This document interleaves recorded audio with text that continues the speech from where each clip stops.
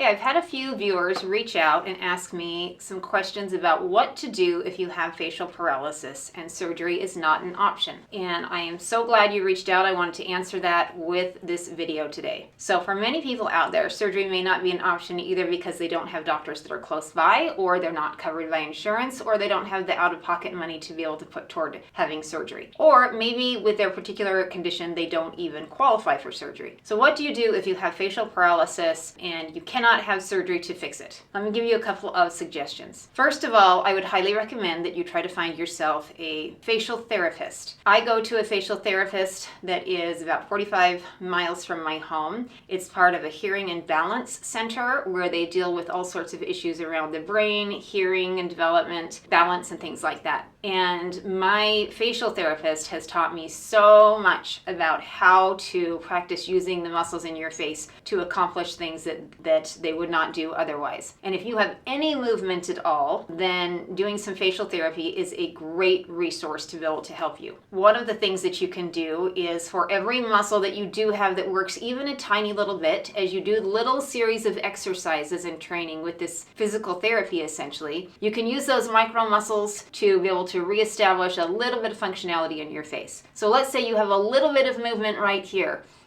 Okay, as you go in and you practice using that muscle,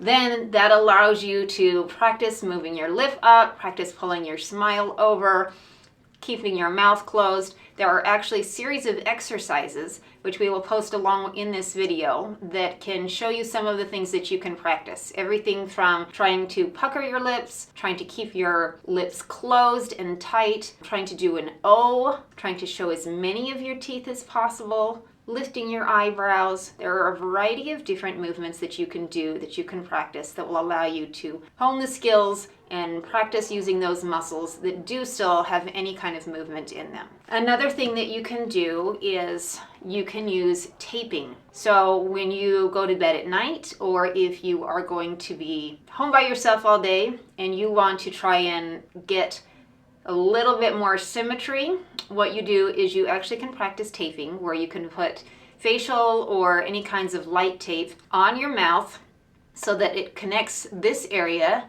and then tape it all the way up here so it actually pulls the side of your face up and over. One of the things that will do is it'll help create some muscle memory, that the longer your face is in that position, it will help try to trigger those muscles to stay in that place. It also helps decrease the lines that we might get from having it constantly pulled to one side or another. So I would highly suggest using some taping methods, and you can practice with that and see what works. Different kinds of tape have different effectiveness, so you might have to play around a little bit with that. It may be hard to find some tape that'll actually last all the way through the night. I would always go to bed with tape on and then find by morning the tape had pulled off and was curled up around my face. So you may have to try a few different options to see what works, but it is certainly worth a try to practice using those muscles, to do the exercises, and then to try the taping. Another thing you can do is simply to try to be as cognizant and aware as possible when you are out and about and around other people, to do the movements that you practice with the therapy.